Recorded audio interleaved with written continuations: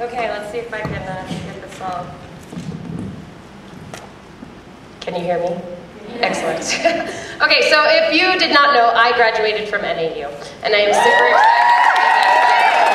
It has been many, many, many years since I have visited the NAU campus, but there are some distinct memories that I have, and I will tell you that one of my big memories consists of that hill that's between South and North Campus, right?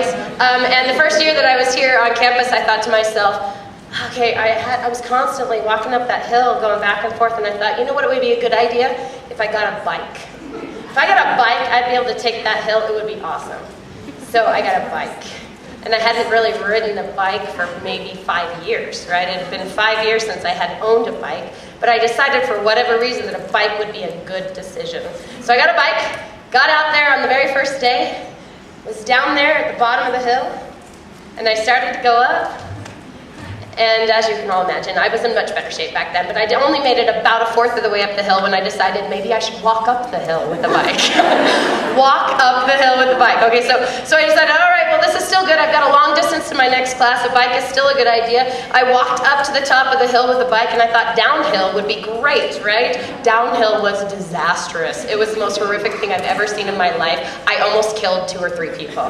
I literally got on that bike, and I was going so out of control that I was screaming at people. I was saying things like, get out of the way, get out of the way. People were going back and forth and back and forth. And in the end, that was the first and last time I ever rode that bike, put it away, and that was that, right?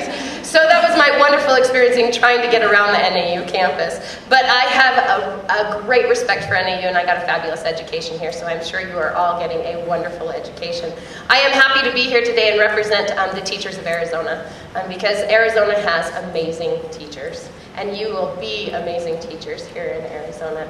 And as I look over my career in 17 years in teaching, I think about some of the things that I've been able to accomplish and some of the things that I've been able to learn. And I will start with this idea that teachers open the door to a world of possibilities. Who opened the door for you? When I stop and think about the many teachers that have influenced me, I can come up with a dozen of them. Right?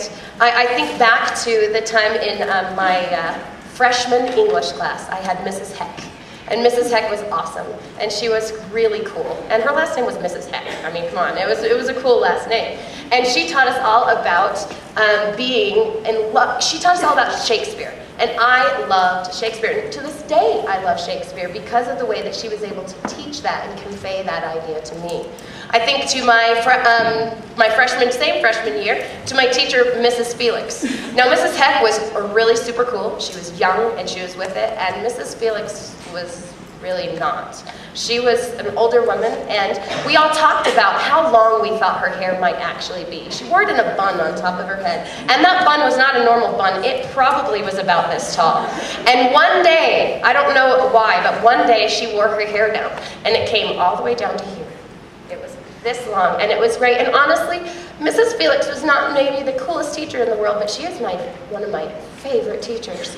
I have never understood math the way I understood math in Mrs. Felix's class. She taught it to me in a way that it made sense. Algebra was the most amazing thing. I could understand it, I could do it. She opened that door for me.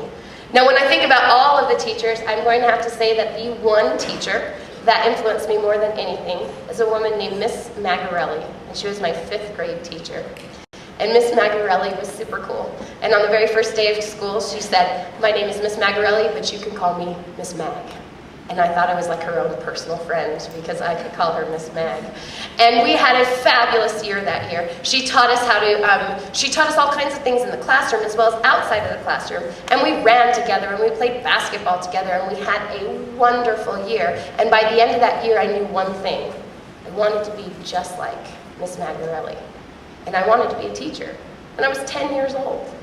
And from that moment forward, I thought about what I would want to teach. What would I possibly be able to give to other people?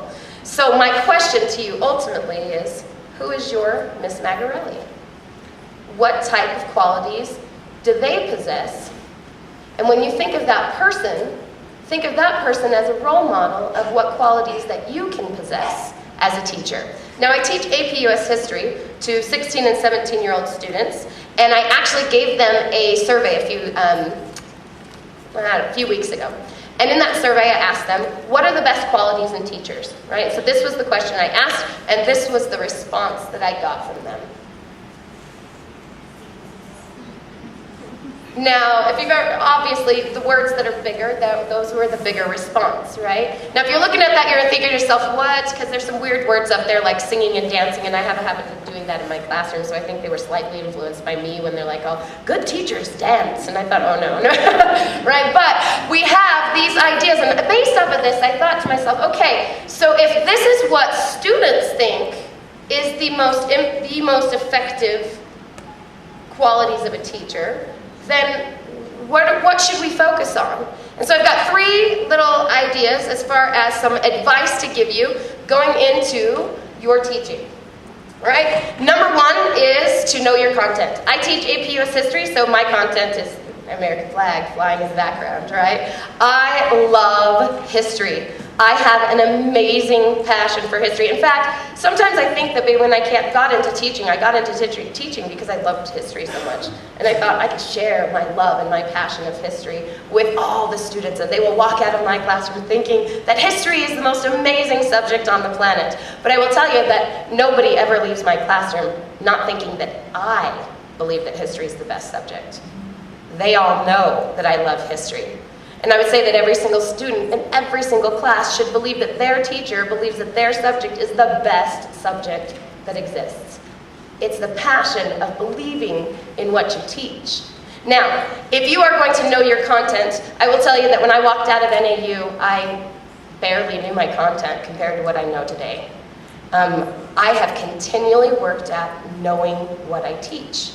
It's something that I work on. I think about it. Now, there's a million ways in which you can do this. Now, some of you guys are going to teach elementary school, some of you guys are going to teach junior high school, some of you guys are going to teach high school, and you're all going to have content that has to be expressed to your students. I always have to take my hats off to the elementary school teachers out there that you guys have every content, right? So you've got a big job ahead of you. You need to master all the content to be able to make sure that you express that to your students. I have maybe a little bit easier of a job. I just have to know history and I just have to know government. But there are ways in which that you can continue that education. I look at some of the things that I've been able to do recently, and if you can't tell, that's me hanging out with Abraham Lincoln. I love Abraham Lincoln. He is my favorite person on the planet. And I recently was in Springfield, Illinois at a conference where we learned all about Abraham Lincoln and the Constitution. And I put this on my Facebook page. Well, actually I put it on the group that all my students go into. And one of the responses was, does Miss Lincoln know that you're standing so close to her husband? Yes. And then of course there was a bunch of, oh my gosh, Miss Lindblom, you're out of control kind of things, right? So while we were there, I also posted a bunch of other different pictures, and I will tell you that this is my favorite, right here. If you can't tell what that is Abraham Lincoln Barbie. That's right. He exists, and I own him, and he's kind of amazing. He's posable, and you can put him in any pose that you want to. He can hold his hand, his hat in his hand. He can put it on his head. Kids have been putting him in Michael Jackson poses. I came to school on April Fool's Day, and there was a ransom note on my board, and it said, "We have Abraham Lincoln. If you want to see him again, promise that you will you will create a song and dance for after the AP exam." I'm like, oh, I guess so. All right. So song and dance it is, right? Okay, so this was one opportunity. I will tell you that there are organizations out there that want to help teachers. They want to help you, and they want to help you master your content, and they want to help you get all of the tools that you need to be a good teacher. And I have had amazing opportunities over the 17 years that I've been teaching. I have gone to Cambridge in England, and I have studied the American Civil Rights movement there. Don't ask why England, American Civil Rights, but it was awesome, right? I have been to the University of Virginia, where I studied about the Declaration of Independence. I've been able to stand in Independence Hall and learn about the signing of the Declaration of Independence. I stood in Auschwitz. right next to the gas chambers. And I had a survivor of Auschwitz stand there and tell me personally what they went through while they were there. And all of these experiences I've had were paid by somebody else. Somebody who wants teachers to be better teachers. But I wanted to do them to expand my content. So that when I stand in the classroom, I have all of these tools to pull from. And I have all these stories to pull from. And when I say to somebody that I stood at Treblinka with a woman who lost every single one of her family members at that camp, and I tell her story, my students are engaged, and they're focused, and they know that I care about what I'm talking about, but they also have a connection to what I'm talking about. And I've continued to work on this, which we all need to, from this day forward, say content is important. Content is what we want our kids to take out of their education. Now, I'm not the only teacher that does this, right? At our school, we have our music teacher studied in Austria for 3 weeks, paid by somebody else. We have our biology teacher who went to the Galapagos Islands and studied. We have a English teacher who studied at Oxford for the summer. And once again, all of these programs, find them. They want to help you out. They want to give you the content that you need. Now, in the survey that I gave, I asked kids one more time what it is that you think important qualities are in teachers. And several of them said these types of responses. Mr. Benitez is one of my favorite teachers. His expertise in photography and his passion for art make his class very enjoyable. He knows his content. Right? They said Mrs. Brown is a tremendous teacher. She is always excited about teaching math. And I think that's an amazing thing, to be excited about teaching math every single day. And then, of course, a comment that was made about me said that she loves to teach and she loves what she's teaching. It is a fun class and makes me realize how everything in history actually leads to something. Right? Students make the connection. In fact, one of the very first things that one of my students, and I actually gave this oral kind of response, and I said, what do you think about teachers? What should they know? And one of the kids said, you should tell teachers that we can tell when they don't like what they're doing. We know, right? You can't fool a student into believing that, I mean, if you get up there and you're not excited and passionate about what you're teaching, they can tell. I mean, it's the first thing that they pick up on, right? Okay, so here comes the next one, and it should seem pretty darn obvious, but it is an important one. So if I know my content, then that's fabulous and that's wonderful. Now I need to know how to teach my content, right? Just recently I was in a professional development with a woman whose name is Debbie Murphy, and Debbie Murphy wrote a book. It was a fabulous little book called You Can't Just Say It Louder. And it's all about differentiated strategies for comprehending nonfiction. It was a common core for professional development. But she told a story about how she was asked to go into a classroom to observe a teacher, and the teacher actually asked her to go into the classroom. And she said, I sat there and I watched this teacher, and she said, I'm going to give you a very simple example. It's not exactly what the woman said, but she said she went up to a child and she said, okay, what is 2 + 2? And he said, I don't know. She said, 2 + 2 is 4. He's like, okay, all right. And she said, he didn't get it. He said, I don't understand. And she said, 2 + 2 is 4. And afterwards she said, you know the child is not deaf, right? It's not that he can't hear you. He doesn't understand what you're saying. He doesn't know what's going on. Now I thought back to the year that I was in algebra for the first time. By the way, I was a really good student, but in 8th grade I took algebra and I did not understand a word that teacher was saying. She was a lovely person. She was a very nice woman, but every time she stood up it was like a foreign language. I had no idea what was coming out of her mouth. And the next year Mrs. Felix spoke, and she spoke my language. And it made sense, right? If we are going to teach our content, and this is a quote directly from one of my students, explain things to me in a way I can understand. Not everybody learns the same. And if we don't actually differentiate for our students and teach them in ways that they can understand, then we're only going to get to some of our students. They're not all going to understand. Now, we have a lot of different ways in which we can differentiate our teaching, but you've all heard of the way that we learn is all different, right? We have visual learners, and we have auditory learners, and we have kinesthetic learners, and we have these different styles of learning, so now we have to actually implement that into the classroom. So, a few examples here. I like to sing and dance a tad bit, and I know I teach AP US History, but I will tell you that the kids like it too, right? And whenever we learn the preamble, I pull out my tambourines, and they look at me pretty much like this. And then I say, "You're gonna love it. It's gonna be awesome." And they just stare at me, and then I play, of course, Schoolhouse Rock's the preamble, which we're all familiar with, right? I know you're really young. Whenever I was a kid, it was actually on television. Is there anybody in the room that actually watched it on television? You are my people.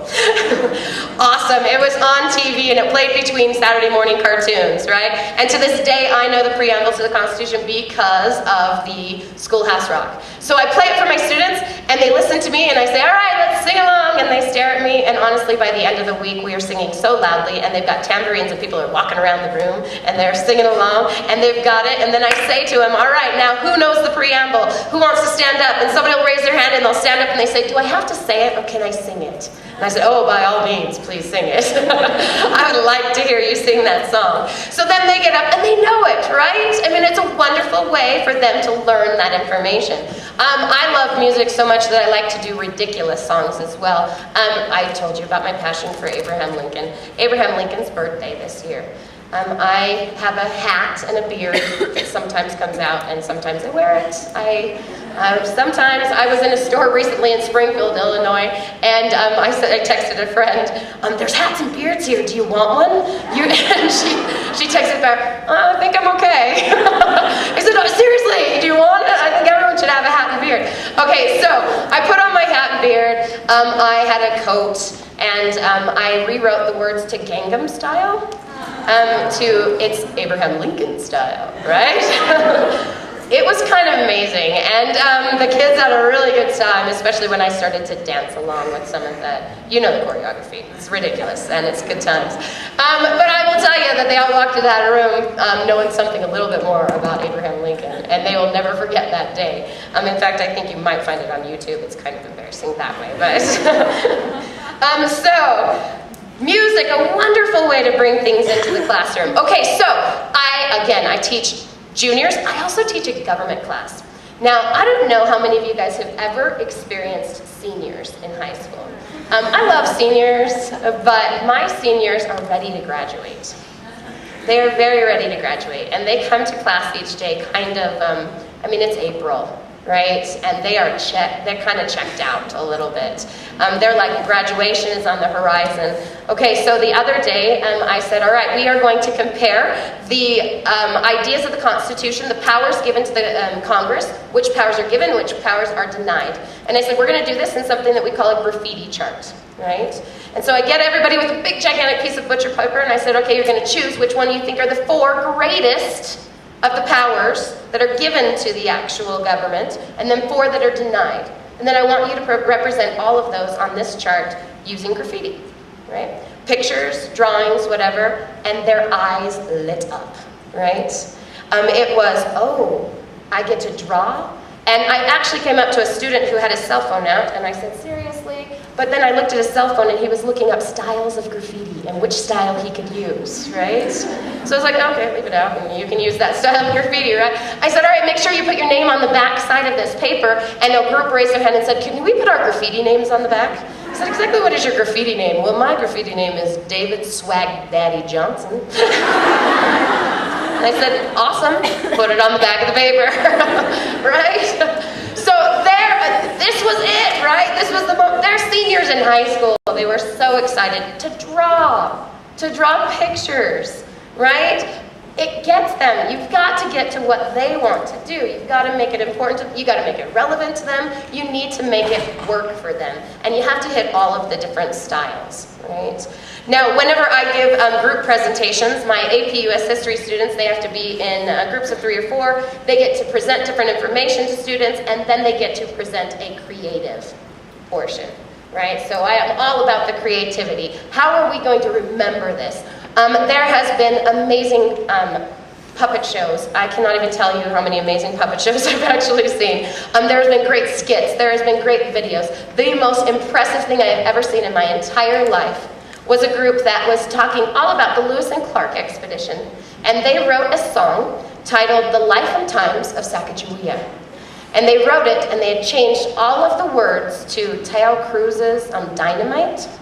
Yeah, we know that. It's a few years ago, right? It was my favorite song at the time, and so they were trying to suck up, and they were using my favorite song. And so, if you know anything about Sacagawea, she actually gave birth basically along the way, and she carried this little child along with her. So when they got to the chorus version of that song, you know, where he says, "I put my hands up in the air sometimes," right? Singing, "Hey, yeah, you got it." What? Okay, so right, good song. This is the song they go, right? So they get to that part. They're all up there, they're singing away. The whole song is very content-oriented. They've got all kinds of good stuff. They got landmarks in there, they've got everything. Then they come to the chorus, and they start to sing. "I throw my baby in the air sometimes," saying, "Oh no." And I couldn't even hold it in. I was like, A+. It's a beautiful song. You're amazing students, right? But it was something that they could take and they could use their style of learning. Probably the other greatest presentation I've ever seen was the only group that I've ever had that has done an interpretive dance. An interpretive dance about the embargo from Thomas Jefferson. Most of you are thinking to yourself, I don't even know what that is, right? They did a phenomenal job, and at the end of that, you think to yourself, how can you show content? I knew exactly that they understood the embargo after their amazing presentation. But we're making things connect with students, and whenever we can make things connect with students, they're going to learn. But if we don't make those connections and give them the opportunity to learn in the best way that they can learn, then we're missing the boat somehow, right? Now, one of my favorite activities is to work with the kids with Andrew Jackson, which actually I hate Andrew Jackson. I hate Andrew Jackson with a passion, and all my students know it. Every year at the end of school, we make a t-shirt. And last year's t-shirt had Abraham Lincoln on it, and it had Andrew Jackson on it, and they're boxing. And Abraham Lincoln's punching him out. And there's this horrific look on his face, and it says, AP US History, Survival of the Fittest, right?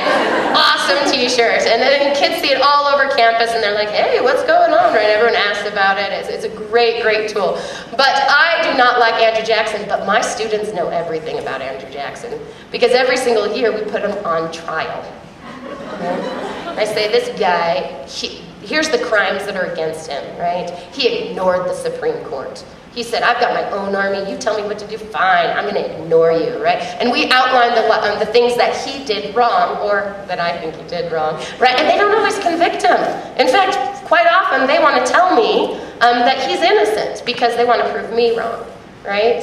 And at the end, I'm telling you, I've never seen such amazing essays written about Andrew Jackson in my entire life, right? They know what is going on with Andrew Jackson because they lived it, they experienced it, they did more than just read about Andrew Jackson, right? We've implemented ideas to make that information click in their minds. So, I will share this one, and you're gonna groan, and I groaned, and I almost actually punched the kid, and I don't, not just in the shoulder, right? He came in, and for weeks after in the first part of this school year, he said to me, I'm going to prove to you that Andrew Jackson's better than Abraham Lincoln. I said, okay, go for it. So every day he would come in at the beginning of whatever hour, because he was just walking by. He was a senior, no longer in my class, and he'd come up with a different reason. The last one, I told him, I don't want you to come back ever again. He said to me, Andrew Jackson can take a bullet. Now, I looked at him, and I said, and by the way, if you didn't know, Andrew Jackson was in a number of duels, and actually, to his dying day, had several bullets in his body, right? He was a tough guy. Somebody tried to assassinate him, and he literally, his bodyguards had to pull him off the guy that tried to assassinate him. He took the stick and started beating them, right? This guy is a tough guy. But I was seriously offended, and I told that child, don't ever come back.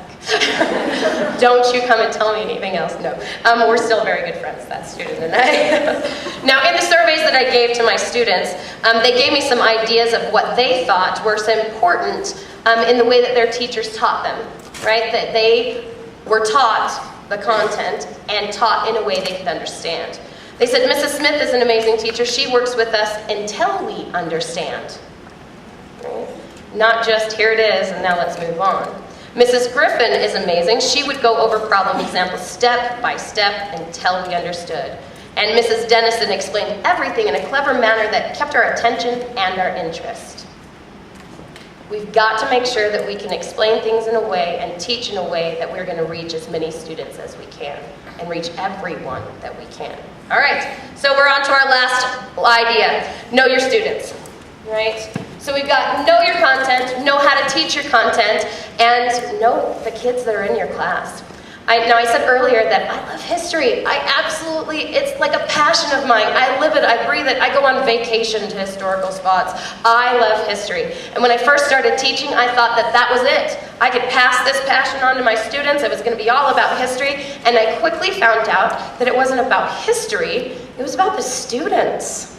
And I love being a teacher because of the students that are in my class and the connection that I can have with my students. And if I can understand who they are and what's going on in their lives, then I can reach them in a better way. I'll give you a few examples of students in my classes that I've kind of had to deal with throughout the years. We start with David. And David was an 8th grade student. I teach high school now, but for 7 years I taught junior high school. And David was an 8th grade boy, and if you are familiar with 8th grade boys, some of them are slightly hard to impress. This boy was bored with life. He was bored with me, he was bored with history, he was bored with everything, and basically came into class every day and did this.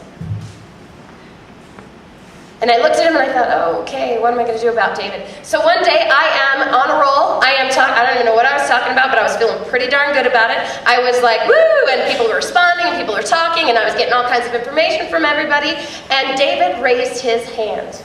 And I thought, this is the moment. This is pretty impressive. I must have said something that inspired David. And he asked the question that every teacher loves to hear. He said, can I use the bathroom? And I said, yes, you can, David, go. And then I thought to myself, David, there is something I've got to do about David. And so I went home after that and I called his mom. And we talked about a few strategies. And then I found out that David actually was in the after-school sports program. So I went to his coach. And if you don't know this already, coaches can be your best friend on the planet. They are amazing in the fact that they can motivate certain students in ways that maybe I cannot. And so we worked out some strategies with his coach. And I started talking to David more personally. And we worked, and by the end of the year, I will not lie to you, David was not like raising his hand and participating left and right, but David was participating. Because I made a very big focused effort to do that with him and found out the strategies that would work with him. Now, in between classes at Skyline, we have a tendency to hang out in the hallway and chat a little bit with some of the teachers. We were standing out there with a new teacher, was one amongst us, and I have this student, his name was Colin. And Colin is the exact opposite of David. Colin was the hyperactive student. Colin is the one that wanted to speak all the time. Colin wanted to talk, and he wanted to answer every question, whether I asked it or not. I mean, he would anticipate the questions, right? This kid was all over the place. So Colin walked up one day in the hallway, and I said, hey, Colin, I want to talk to you. Right? And I pulled him aside, and the other teachers were sitting around. They were talking, and this new teacher was listening in, and I said, Colin, this is what I want you to do today. I want you to focus, and I want you to think of 2 or 3 really good questions that you want to ask. And I'm going to let you ask those questions. But I want you to focus on those questions, right? And I said, and everything else I'm going to want you to, and I just kind of outlined what I wanted from him for that day. And he went in and he sat down. And the new teacher looked at me and said, is he going to do what you asked? And I said, yeah, he's going to do what I asked. Now, would every single student that I have do what I asked in the hallway like that? Probably not. But I knew if I actually talked to Colin that he would. And if I interceded before class and we just reminded him, this is the behavior that I want from you, then he was actually going to act the way I wanted him to, right? But I knew Colin. Now, Sean is probably one of my favorite students that I've ever had. And Sean actually showed up one morning for his detention. Sean was late for class constantly. And I loved this kid. He was a great kid. He participated in class all the time, but he had a hard time coming to class, right? And our policy was, once you got to so many detentions, that you had to serve a detention with your teacher, and then on the next one, it went to the principal, right? So I said to Sean, look, remember, the next time that you are tardy, that I'm going to have to give you a detention to serve with the principal. Remember, you don't want to serve with the principal, right? So he said, oh, don't worry about it, Mrs. Lum. I will be there, don't worry, right? So third hour comes around, and Sean's not there. Now, he was there in the morning. I knew the kid was at school, right? So I'm up at the front of the classroom, and I am taking my role and doing all of this, and out of the corner of my eye, I see the door slowly open, and I see Sean poke his head around, and then Sean disappeared. And I thought, okay, where did Sean go? And then I see out of the corner of my eye, Sean has dropped to the ground. He is in army crawl position. He is making his way throughout the classroom in a very slow, deliberate manner. And I am watching out of the corner of my eye, and his desk is right here. So Sean makes his way all the way down the aisle, army crawl style, does this kind of thing, sits in class, pulls out his stuff really quick and says, I like what you were saying there, Miss Lum Lum. I see your point. And I said, and I see that you're tardy, Sean. Sean was very creative, and we had to come up with some creative ways in which to deal with his inability to come to class as well. So we talked about some strategies and we worked them out, but again, it was all about knowing who Sean was and figuring out what was best for Sean, right? My last example for you will be Julia. And Julia is another junior high school example. And Julia was a very sweet girl, but honestly, before school even started, her caseworker came to me and said, look, Julia cannot handle the information that will be given in your classroom. She won't be able to do it. And we know she won't be able to do it. We're going to be working with her on social studies, but we want her in your classroom for socialization reasons, right? And we really want you to work on seeing how she can interact with other students. And so I said, all right, we will do this. And all throughout the year and all throughout the semester, I worked with Julia, and we worked with the other students in relating to Julia. And I thought we were doing a really great job. I mean, everybody treated Julia great. They made her a part of things. And then came a day where we had a great graduation. Now, before you think that great is great, back in the day was gang resistance education and training. It was the police officers came into your classroom and they taught gang resistance education and training. So we had a great graduation. We're in the cafeteria. Everybody's eating cookies and punch, and Julia's sitting at a table all by herself. And I thought we had worked on this. I thought we had done something so well that we had worked on this.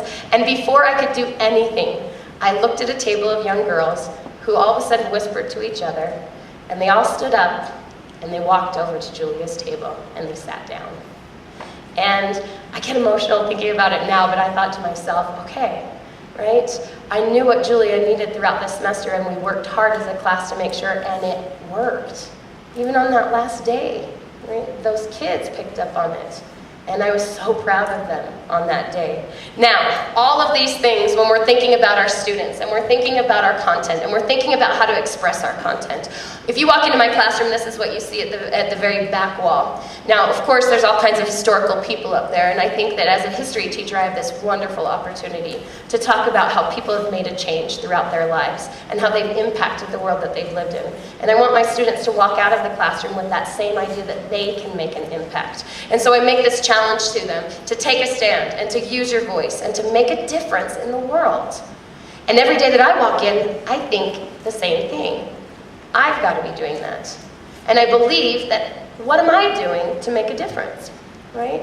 What can I do in the lives of these students to make a difference? And sometimes, and Rebecca mentioned this, I mean, there's quite often that we don't see it, right? On every day, you don't get kids walking into the room every single day saying, thank you, Miss Limbaugh. You don't get that every day. And every once in a while, there's that shimmering moment, right? That moment where somebody comes over and says something to you that makes you think, I did something good. The other day I was sitting after school, and a young man walked in the room, and he said, Miss Limbaugh, do you remember me? And of course, I remember remembered him, but good gracious, I've had like 7,000 students, right? And so as a teacher, you have a tendency to learn to go, yeah, I remember you, buddy, good fellow, you know? Anything you could do that's not quite their name. But I remembered him. I even knew where he sat, and we talked about his class, and we talked about some of the things that went on in his class, and he said, I'm a teacher now. I teach in Tucson. And he said, I wanted to come by and thank you. And I wanted to tell you about all of the wonderful things that you did for me as a student. And I thought, oh, I walked home and maybe had a little bit of a cry, right? It was a moment. It was that moment. Now, I had a similar, slightly reversed of a moment a few days ago in my classroom. I'm sitting in third hour. My kids are taking an essay test. And I'm standing there, and a woman walked into the room with a visitor pass on. And I looked at her, and she seemed kind of familiar, but I wasn't sure. And she said, do you know who I am? And I said, no. And she said, I'm Miss Magarelli. And I almost cried. And she was my 5th grade teacher, my inspiration, the woman that made me want to become a teacher. And she said, I was at something recently, and she now teaches at MCC. And she said, I was at something recently, and somebody came up to me and told me that you had talked to them and that you said something about me. And I wanted to come by and congratulate you for becoming Teacher of the Year. And I went home immediately and I put it on Facebook. And every single person that was my age that was friends with me in elementary school, I mean, they responded with, oh, Miss Mag, oh my gosh, right? Continually making a difference. She made a difference in my life, and now I can make that difference in other students' lives. So my challenge to you, obviously, would be make a difference. So how do we make a difference, right? We know our content. We know how to teach our content. We know our students. We put the 3 together, and we are effective teachers. We're unstoppable at that point. We can take on the world. We can make things come alive for our students, and we can make an impact in their lives. I'll leave you with this thought, one we started with. Teachers open the door to a world of possibilities. Whose door are you guys going to open? And thank you for inviting me here tonight.